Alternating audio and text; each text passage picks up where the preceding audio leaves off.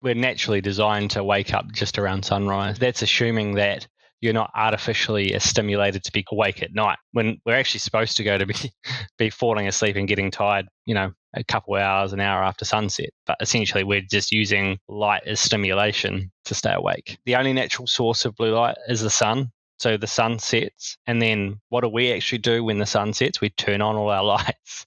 What are our lights? Oh, they're all LED. So our brain, our ancestral brain, which has been developed over like millions of years, right, does not understand that the artificial light source that you're turning on at night is not the sun. It thinks it's the sun. So it's going, hey, the sun's up, so I should be awake. And so it's then releasing the wakefulness hormones. It's suppressing the hormones that make you want to go to sleep. So it's just doing exactly what it's designed to do. So we keep all our lights on. Most of us will either watch TV, be on some kind of device in the evening. And then the one thing that people do, right, is when they can't sleep is grab their phone, like start scrolling social media, right? So it's like the vicious cycle. It's like, I can't sleep, so I grab my phone. Well, that's literally the reason you can't sleep. This is episode 133. Hello, welcome to my podcast show, your coach, Helen Uskovic. This show is all about self-care, so if that's what you want to inject more of into your life, then you are at the right place. We have 3 different shows each week. We have a micro mindful moment, we have a voice note series, which is quite personal, and we also have the Smart Chat series where I speak to an expert or a thought leader. I hope you love the show, and thanks again for tuning in. Hello and welcome to the show. I have a very special guest here today. It's Daniel from Block Blue Light Australia, and I literally just came across him because I was looking for a healthier light to read with at nighttime. And when I was researching, I found you, Daniel, and thank you so much. Your product is actually coming to me. I'm so excited to use it. So welcome to the show, firstly. Thanks for having me, Helen. I'm excited to be here and really looking forward to diving into all things blue light and health and all that good stuff. I'm so excited about this topic, and guys, you're going to love this. Everything is just going to blow your mind. Before we begin, I'd love for you, Daniel, just to introduce yourself a little bit, just in case my listeners haven't heard of you before. I'd love to hear, how did you get to here today? What led here? Yeah, cool. It's a bit of a journey for me. So it started 7 years ago. So I was just coming out of university. And the tail end of that, I really started to get into health and wellness. I saw the benefits of starting to look after myself and, the mental and physical, how I could perform better. So I moved over to Sydney, Australia to start a job. My dream was to climb the corporate ladder. So I thought, cool, I'm going to go over to Sydney. I'm going to get a job with a large corporation over there as a graduate and just work my way up. And so when I moved over there, still into health and wellness, and I was competing at a national level in powerlifting. So it was very, very demanding strength, diet, all this training and stuff. So it was a very stressful and demanding part of my life, just dealing with that, dealing with a new job. And then very quickly within the space of starting my new job, in about 3 to 4 months, I started to develop severe insomnia and started to have quite severe migraine attacks during the day. And I was quite confused by it all because I was sort of like, hey, I'm really healthy. I do everything right. I'm training, I'm real fit, going to the gym, dieting, eating all the right foods and stuff. So what's going on sort of thing. So I did what most people do. I went to my GP and sort of hey, I'm having all these issues, what do I do? What's the problem here? And at the time, I didn't really understand that model, but I do now that it's a very Band-Aid approach model, right? It's cool, well, what drug can we prescribe you to Band-Aid the symptoms you're having? And we went through a journey of being prescribed many, many different drugs to Band-Aid it, from antipsychotics to antidepressants to everything off-label, but still prescription drugs to try and solve it. But unfortunately, it just made me feel worse. It may have sedated me, but it wasn't giving me restorative, restful sleep. So it really started to have a significant impact on my life. I had to give up powerlifting and to give up going to the gym. I was just trying to stay functional to actually, be able to perform in my job. So And I got to the point where I was like, and I think I went back to the doctor, and after like the next one hadn't worked, and I was just feeling drowsy and out of it sort of thing. And I think they said to me something was like, oh, like there's nothing wrong with you. Like it's just, it must be in your head sort of thing. And I was like, well, all in your head, Daniel. yeah. And I was just like, nah, okay, that's enough. Like I'm done. Like I'm done with like this. You guys clearly like don't have a clue. And so that's like the default. Started thinking to myself, because the career I was working in and trying to build a career in was IT. So I was a systems engineer. So in my job, it was looking at, developing or IT systems and building them or troubleshooting them, right? And so I sort of thought, well, can I apply that analytical thinking to the human system and go, okay, hold on a minute, like something's gone wrong here in the system. Like how do we, obviously just trying to throw like unnatural prescription drugs at it's not going to fix it. So let's just do some root cause analysis, look at what's changed that suddenly caused these symptoms to happen. And I spent a lot of time on the internet trying to find people, look at things, understand things. And back then, I guess 8 years ago, the amount of information on health and wellness and all that there wasn't much around. So, but I did stumble across a neurosurgeon in the US called Dr. Jack Kruse, and he was talking a lot about how our health is significantly impacted or governed through the light environments we're exposed to, much more than the food we eat. Because back then, sort of there's a bit of a movement into like the paleo movement was sort of just starting. Everyone's talking about like putting butter in their coffee and all this and tweaking this and keto and this and that. And he's like, none of that matters. Like if you're under the wrong types of light, your health won't matter what you eat. And like there's a big quote that he had that just stuck with me, and it was like, health was about light, not food. and it just stuck with me, and I just started exploring his concepts more and started to try to apply them. But his concepts were very hard. So he doesn't put things in very simplistic terms, is the easiest way to put it. Like they're very complex, and talking about quantum biology and how things to a cellular level are impacting our health. So I was trying to pick that apart and understand it, understood that essentially the environment I had started to work in and live in could be having a significant impact on my health. And the way I unraveled it was I would get up in the morning and I'd be at work when it's dark. So I get up into work around 6:30, so it's still dark. And then I would be under fluorescent lighting. In the office, I'd be looking at a lot of screens. I had probably 3 screens. So it was fluorescent lighting, LED lighting constantly. I wouldn't go outside all day. I'd continue working. And then by the time I finished work, around 6 o'clock, it'd be dark again. So I'd leave the building, go straight to the gym, fluorescent lighting in the gym, spend 2 hours in the gym training under fluorescent lighting, artificial lighting, come home, have to then start work at about 11 p.m. at night because the graduate got lumped with all their hour changes. So I do about an hour of work at night. And again, artificial lighting, screens. And so what I just unpacked was I was having no interface with the natural environment anymore at all. Like there was zero. Like I was really not getting any natural light. So, and that I think I was just like, whoa, holy shit, this is probably, and from what he was saying and teaching and his concepts, that this is going to start to have a significant impact on your mental health, your ability to sleep, or which we can unpack all the actual technicalities of all this. But yeah, so I started looking into it and I was like, okay, I'm getting significant exposure to artificial light, not enough natural light. So I started to look at how I could fix it. And back then, the idea of blue light blocking glasses or blue light glasses didn't even exist. They weren't a thing. So I kind of did a bit of searching. I was like, oh, there's these big safety glasses that you can buy that light block like 95%. So I was like, oh, well, I'll try and find a pair of them. Couldn't find them, but then found a pair in the US on Amazon. So I ordered them in, like started rocking them in the office sort of thing, just like when I had a migraine attack, and started using them at night significantly. And that was the first thing that started to have a change. And I was like, whoa, there's something here.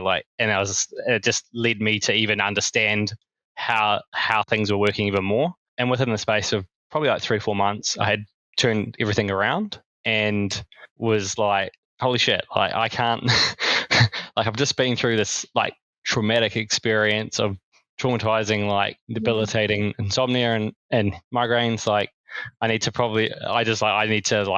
I don't know what I need to do. I was like, but I can't just keep this to myself. So didn't have any aspirations to really start a business or anything. But so all I did was like, cool, I'm just going to order like 30 of those glasses in from Amazon. And I'm going to start up a website and I'm just going to put them on there and I'm going to start like sharing the information I've learned to try and surely help some other people, right? Like I can't be the only one that's in this situation. I didn't feel like my situation was extremely unique. And then, so fast forward, I guess, and that's just where that was the inception of the business. And then from there, I've just learned more and just decided to develop and design all different types of products around around bringing in the right types of light and removing the wrong types of light, essentially. It's kind of where our business is today. What a journey, Dan. I'd love to start with blue light because I feel like a lot of people still don't grasp it yet, but I'd love for you to share what exactly is blue light for those listeners that have no idea, and how does it happen? Okay. So blue light's not all created equal is the first thing. So you've got two types of blue light. You've got natural blue light and you've got artificial blue light. So blue light is what you think it is. It's literally the color blue, but in most circumstances, blue light is generally seen as bright white light. For all intents and purposes, the way to look at it is white light is blue light. It has mostly the blue light spectrum in it. So we've got blue light in nature. So the sun, it emits full spectrum light. So that means that all the colors of the rainbow come off out of sunlight. So you have equal amounts of blue. You've got green, yellow, orange, red, and you've got infrared and you've got UV. So that's what we get exposed to when we're outdoors.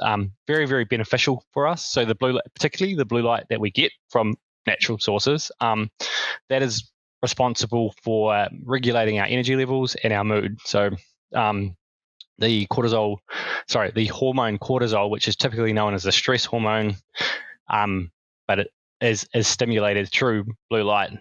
But outside, it will stimulate and enough to keep us awake and alert and functioning during the day. So it's very important that we get blue light during the day.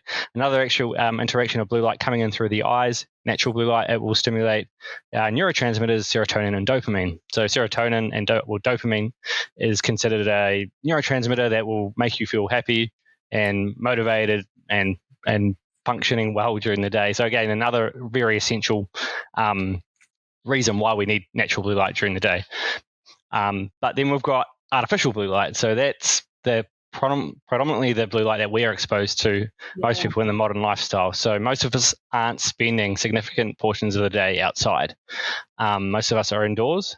We are under either fluorescent or LED lighting because it's the most common light sources that we have both in commercial and residential spaces now. And then we've got LED backlit devices. So your screens, computer screens, phones, TVs, tablets, everything that has got a screen in it is an LED light source. So when you look at those types of light sources we're being exposed to indoors, they're very different in terms of a spectral output from the sun. So they have a very, very narrow bandwidth of high energy blue light. So it's not just blue light, because blue light is a range. You can measure blue light and we can measure all light in a thing called nanometers. And so blue light ranges from 400 to 500 nanometers. So you get all of that when you're outdoors. The artificial sources really only have about 440 to 460 nanometers is kind of the range, and it's a very, very small, intense spike of it. And you don't get really any of the yellows, oranges, or reds in the artificial light sources. So you've just got a very narrow bandwidth of very high energy light. And what that does is it's twofold. During the daytime, having exposure to that type of light causes quite a amount of significant damage to your skin and to your eyes. And the reason for that is blue light in isolation is causing essentially oxidative stress, oxidative damage, cell breakdown. So ultimately it's causing damage. Now that same blue light would do the same in nature outdoors, but nature has the antidote for everything. So that's red light. So it's balanced. So the red is essentially regenerative and healing, and the blue is like damaging and breaking down. When you have the both of them together, well, the net effect is it's not having a harmful effect on us.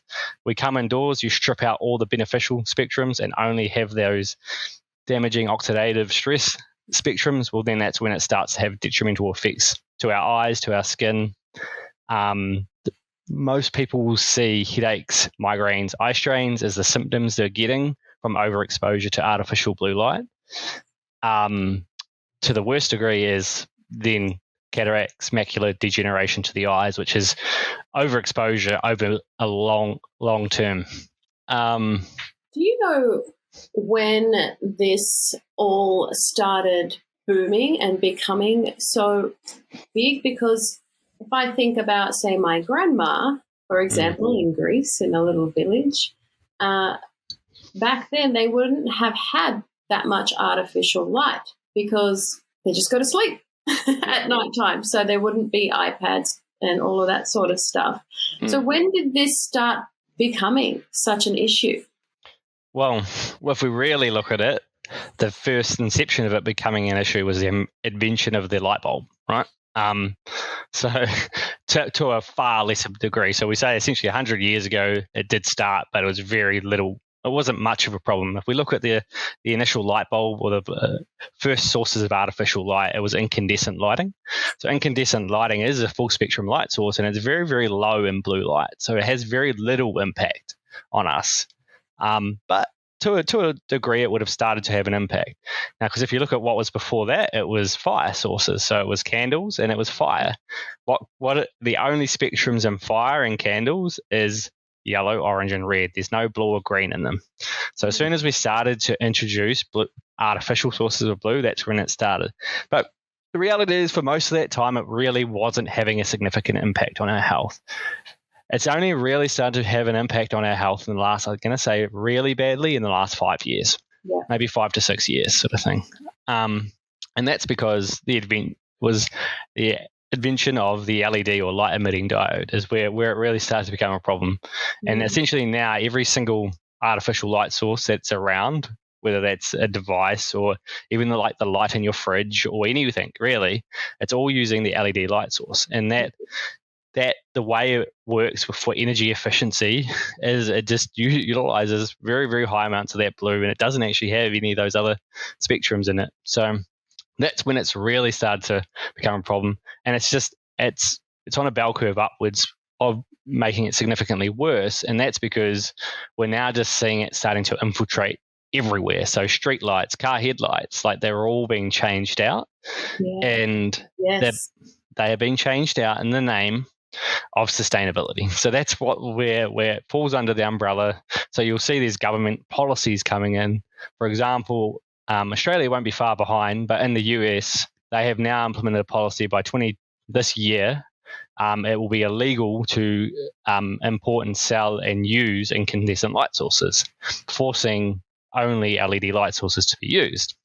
Now the reason for that, the reason that we're told is because LED light sources are very energy efficient. The older light sources are not efficient. So that means energy consumption goes right up. So to produce the power, it's significantly higher. And then it's also the life cycle of older light bulbs. They don't last as long. They blow and you're having to replace them a lot longer.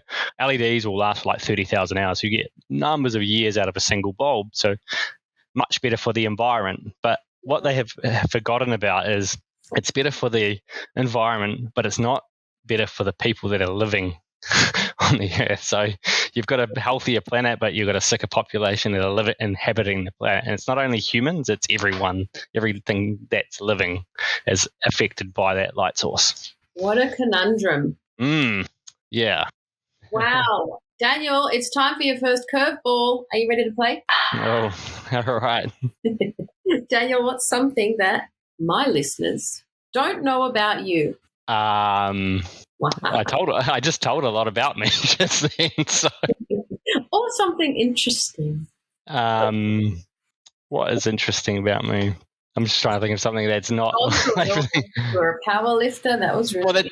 Well, I know. That's what I would have used if I hadn't said that.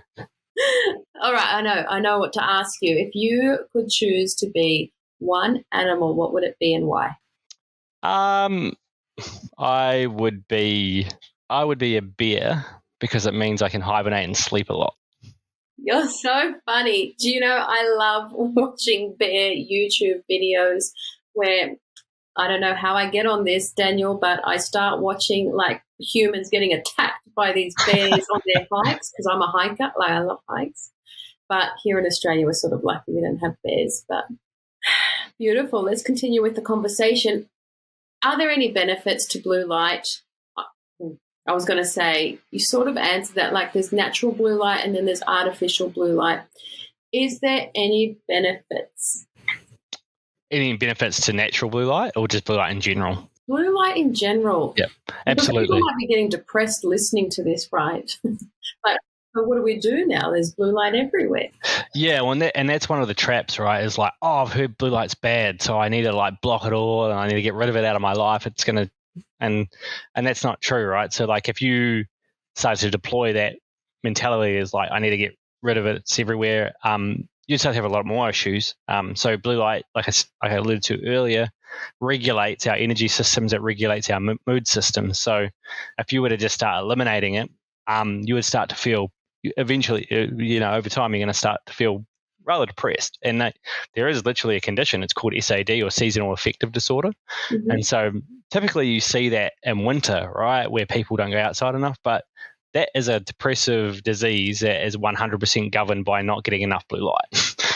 It's like not enough light, but it's blue light itself is what is governing it, not getting enough of it. So it lowers your serotonin, it lowers your dopamine levels, and you just don't feel good.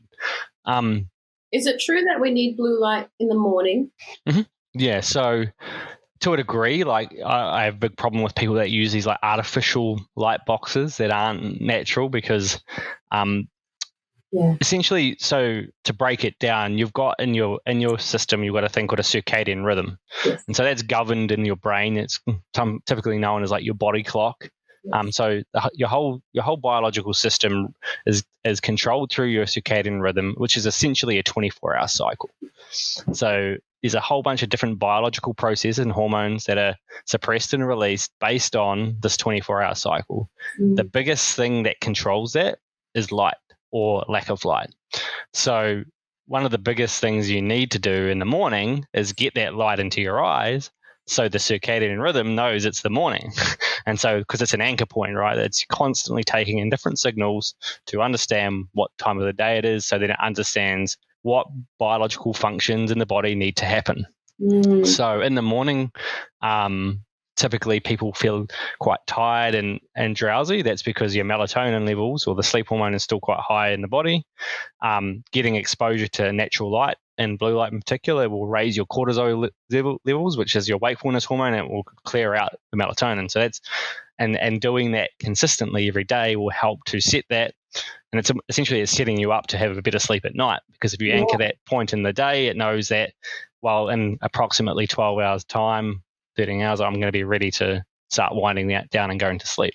I love waking up with the sun. Mm. It's my favorite wake up. I've actually been really good, Daniel. Last year I challenged myself to not have an alarm and to trust my body to wake up. And lo and behold, I didn't have to use an alarm, and I still don't, which is so amazing. It's like I just tell my body, like, I got to wake up at this time, and I do. Well, we're naturally designed to wake up just around sunrise, but that's assuming that you're not artificially stimulated to be awake at night, right? So we should be, when we're actually supposed to go to be falling asleep and getting tired, a couple of hours, an hour after sunset. But essentially, we're just using light as stimulation to stay awake. Staying up the whole night. I have lots of friends to this day. They're like, Helen, you go to sleep so early. And I'm like, no, you go to sleep so late. It's not me.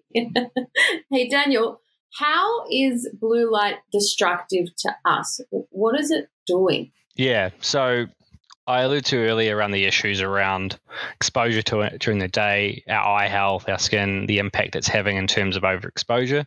That's one of the issues. The bigger issue is sleep, and it's coming into the evening. So the only natural source of blue light is the sun. So the sun sets, And then what do we actually do when the sun sets? We turn on all our lights. What are our lights all? They're all LED. So our brain, our ancestral brain, which has been developed over like millions of years, right, does not understand that the artificial light source that you're turning on at night is not the sun. It thinks it's the sun. So it's going, hey, the sun's up, so I should be awake. And so it's then releasing the wakefulness hormones. It's suppressing the hormones that make you want to go to sleep. So it's just doing exactly what it's designed to do. It's crazy to think, Daniel, that blue light can affect our hormones. Yep. It's huge. So yeah, it's one of the ones, like the nighttime thing is one thing that I think most people can, when you break it down into simplistic terms, it's quite easy to understand. It's like the sun, the light coming from the sun, essentially the reason you feel awake right now during the day is because the light from the sun is essentially coming in your eyes and instructing your brain to produce certain chemicals and hormones that will make you feel awake. Now, just because the sun's set and then we're using we artificially stimulating that in the same way, the brain, like I said, like evolution takes like thousands and thousands of years. We have not evolved in a way that the brain understands that's natural and that's artificial. So essentially your brain continues to think it's solar noon right into the middle of the night. And then so we keep all our lights on. Most of us will either watch TV, be on some kind of device in the evening, continuing to tell the brain it's solar noon with all this blue light. And then some of us will eventually the brain will get so worn out, you will fall asleep. You'll have probably about 90% of your melatonin, which is a sleep hormone, will be suppressed. And melatonin itself is an interesting discussion because it's not only a sleep hormone, it's one of the most powerful antioxidants in the body. So when we talk about that, it's supposed to actually assist with a lot of cellular repair in the evening, and in the night it's actually anti-cancer. It's so powerful, and it's one of these things that your body gets flooded with literally during the hours that your body's literally regenerating and repairing from the day it had. Now, if you suppress that down by 90%, regardless of sleep, there's a big problem that's going to start to show itself after many years of this. So regardless of your sleep, you want to kind of have high melatonin. So that's going to be suppressed by around 90% from just being exposed to the artificial light sources people are. And then the one thing that people do, right, is when they can't sleep is grab their phone, like start scrolling social media, right? So it's like the vicious cycle. It's like, I can't sleep, so I grab my phone. Well, that's literally the reason you can't sleep. So exactly. It's a conundrum because I have lots of clients that have sleep issues, and how do you stop that? Like, how do you make or show people that this needs to be taken seriously? If you want to have good rest, which we all need for optimal health, then you have to step away from the device, drop the device. So something that I like to do is I literally just turn the phone off, because if it's on, I will most probably pick it up and scroll away. But if it's off, it's off. I don't hear anything, no rings, dings, or pings coming through. And even just little lights that are in my room, I make sure that I cover them, because recently I went on a road trip and there was a little power outlet in the camper van that we were in, and it was bright blue. And so as I was sleeping in the camper van, it was just shining on me. And I was like, how are you sleeping with this light shining on you? To my friend. And she didn't even notice it, but I was so sensitive to the light. I said, I need to put a tea towel on this light because I can't sleep with it. I'm going to be waking up all night and I'm going to have a bad sleep. She thought I was crazy. Yep. Well, it's So I guess it's some people just it's like, and it's another thing I like to say. People are like, the blue light doesn't affect me. I'm fine. I sleep, sort of thing. It's actually like the way I look at it. It's been a lot of people don't sleep as well as they think they do. So the test I have is first of all, do you need an alarm to wake up? Well, yes. Well, that's probably a problem. But then, how do you actually feel in the morning when you get up? Do you feel like you can't function until you have your cup of coffee, or do you actually feeling awake and like fresh? Yeah, and so that's the way of the test.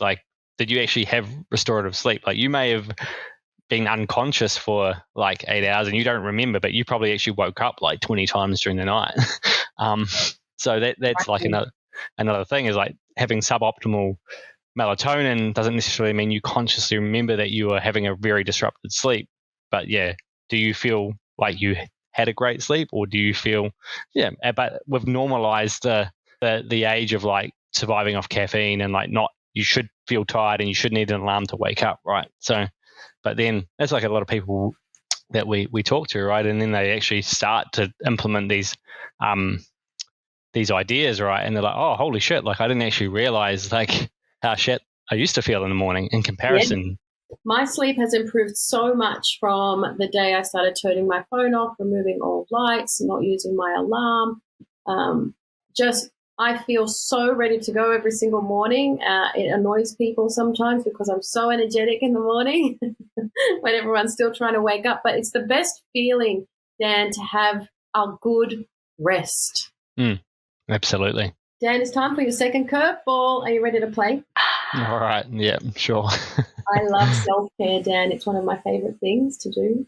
And my question to you is, what's your favorite form of self-care? For me, it's actually an obvious one, but it is disconnection from technology. So, like my job now is significantly needs to be on technology a lot. So for me, it's once a quarter, everything gets shut off for a complete weekend, and like, I mean, zero technology, no internet, no phone, no nothing. Love it. That's the best. Yeah. So like, yeah, just a mental reset for me as well. So, mental reset is so good for your body and your cells. We recently came back from a road trip and we went to places where there was no reception at all. And it was so amazing not to have any access to technology and just to like look out at nighttime and see all of the beautiful stars. It was, so magical just to get away from the phone. Yeah, it's interesting because for me, it's your mind almost plays tricks on you, but like, you're like, go to grab it or whatever, and you can't, sort of thing. And like, your brain is like, because your brain is used to constant stimulation, right? And then you suddenly remove that. It's like searching for it still. Yeah, and I remember when I turned my notifications off for the first time, I was at yoga teacher training, and my fellow student said, "Hey, have you turned your notifications off?" I said, "No, you can do that on a phone." And this was a few years back. I did it, and every so often, I'm talking minutes, I was going to my phone to see if I had a notification. And I said, OMG, I'm addicted to my phone, and I didn't even realize. Yep. Crazy. If you haven't turned your notifications off, guys, try it and see if you're like me. See if you were a phone addict. Hey, Dan, let's dive back into this conversation because we've dived deep into blue light and how it affects us. But what are some ways that we can protect ourselves? Yeah, well, there's lots of ways. So that's like a big thing we're trying to do, is like, we're not like, okay, so we've kind of learned about all the issues with the blue light, right? And so it's like, oh, so does that mean I just need to like stop using technology? I need to like turn all my lights off my home and like start using candles and all this? It's like, well, not quite. And that's kind of why we're trying to look at ways because it's like the world we live in, right? It's very hard. It'd be a very, very difficult life to live if you're like just trying to avoid it completely. So we look at ways to interface in with the modern world and just look at technology and look at how we can use it and then not have such a detrimental impact. So one of the most obvious ways is using glasses. So that's an easy way. That's how I first started. And that's essentially, you've got different glasses for daytime, you've got different ones for nighttime.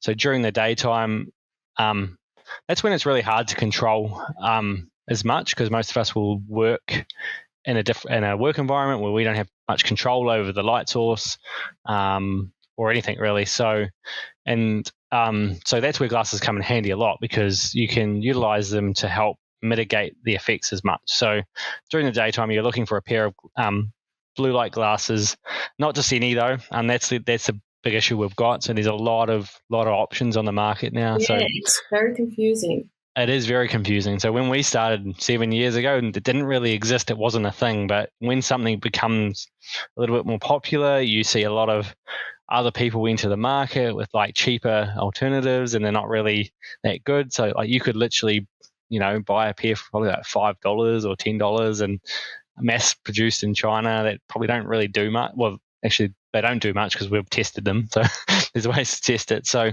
right. you're really looking for, first of all, to find a reputable company that can actually provide you some information on the glasses. So there's a couple of things to look for, because what you're trying to do during the daytime is you're trying to not block it all. We talked about why you want to keep blue light in your environment.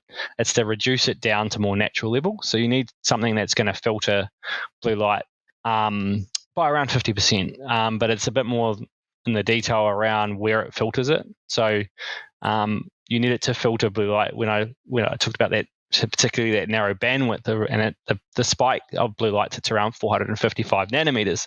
So your blue light glasses need to reduce that spike down. Most of the cheap ones around won't actually do any of that. So if the company you're buying off doesn't even have that information, or they kind of just give you some generic response around they reduce it or they filter it by 40 or 20% or whatever, but they can't really tell you or provide like a report analysis of what the lens is doing, they probably don't know themselves. And if they probably don't know themselves, then they probably aren't producing them to that standard. So you're looking for a company that will be able to kind of stipulate that information on their website and have kind of some kind of way of showing you that it is doing that. So you're wanting to use them during the daytime. They're really good for in the office because most people are going to be using some sort of screen, and there's going to be some sort of light source. So using the glasses during the day are really going to help with that. Then when it comes into the evening, you've got a lot more tools at your disposal because most of us have somewhat of a control over the light sources we're using. So at nighttime, glasses are still necessary as well. Because most of us will probably look at some kind of screen in the evening, whether that be the TV screen or their phone or something. So having a pair of glasses for that are necessary, and you're looking for a pair that block 100% at this point. So you're looking for an amber or a red tinted lens. Yeah. They're not clear. They're not going to be a clear lens set of glasses. If they claim that they're blocking 100% and they're clear, well, it just doesn't make sense. What's in the lens, Dan? How does it work? So the way it works is we put a special pigment inside the lens. So when the lens has been manufactured, special type of pigment is added, which gives it that color. But what happens is when the light passes through that lens, that special pigment is designed to absorb the blue light frequencies as it passes through. Yeah. And so if you put on a pair of glasses, blue light glasses, and you can see blue light through them, that's a pretty clear test that they're not blocking 100% of blue light. So that's an easy test that everyone can do. Like if I put on the glasses and I look at an object that's blue and it looks blue still, you can see blue light. Wow. Yeah. It sounds Nice so simple, Dan, but I'm telling you, lots of people wouldn't have known that. I didn't know that. Yeah, but if you want to get more technical, then again, the company should be able to provide some sort of verification. It's called a spectral analysis of the lens to show that it's blocking 100% of blue light. And it's pretty crucial at night, because if you say had a pair that blocked 95% of blue light, but 5% was still coming through at nighttime, that 5% is enough to tell your brain, well, if there's blue light, the sun's up, therefore it will start that cascade of suppressing your melatonin. No, it would have a small impact, but like ultimately, if you're wanting it to be optimal, it really needs to remove all of it. Beyond the glasses, there's a lot of other ways. So the biggest exposure we get in the evening is all the lights in our home. So there's just, most homes put like 40, like 50 lights in them, and everyone in the household is affected by them, regardless of whether they use a screen or not. They might say, cool, I'm not using a phone in the evening, I'm not doing all these things, but someone's probably going to have a light on somewhere. So the biggest impact is actually using specialty lighting that's designed to remove the blue light spectrum as well. Now that looks like a very warm amber colored light, but it's not just an amber light as well. That's the other thing. People think, oh, well, I'll just go down to Bunnings or Mitre 10, and buy one of those like decorative light bulbs that's a color. But that just because it looks like it's a certain color doesn't mean it doesn't have other colors in it. So yeah, so like for example, a lot of people will use like red lighting in the late evening. So they'll just go buy a cheap like $5 red light bulb, but that actually has blue light in it, even though it looks red. So wow. So you need to actually buy specialty lighting that's designed not to be an amber or red light bulb, but to be a light bulb that is removing the blue light spectrum. So that's the amber. The red lighting actually removes the green light. So we haven't really talked about green light and the issues with mainly around sleep as well. So blue light, when you look at a color spectrum, blue fades into green. So there's a piece of research done in 2002, so not too long ago, that looked at every single spectrum of light and how much it suppressed our melatonin levels. So what they found was, all of blue light definitely suppresses your melatonin, and the peak suppression was at about 464 nanometers, so just over halfway through the blue light spectrum.